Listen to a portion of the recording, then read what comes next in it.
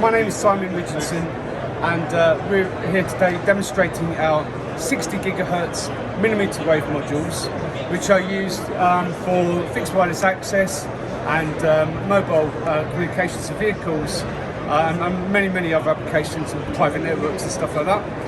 It's in the unlicensed band, so it's readily available and easily to be deployed, and our module has very low latency, very high output power.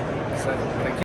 Hi, I'm Lei. I am an engineer at Fujikura 5G wireless device department. Now I'm in MWC 2026, and now we set up the PAAM and analyze the EVM. You can see this screen. We did the EVM at 6.4 PAAM. You can see the constellation and the spectrum here. The EVM is 3.0%. It is very excellent. Hi, my name is Fujikura. I will demonstrate the loop transmission using the 60 GHz communication module and transmit the ultra low latency video.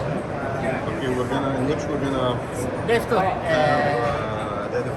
Left device display shows source video, and right display shows after transmission via to 60 GHz wireless device.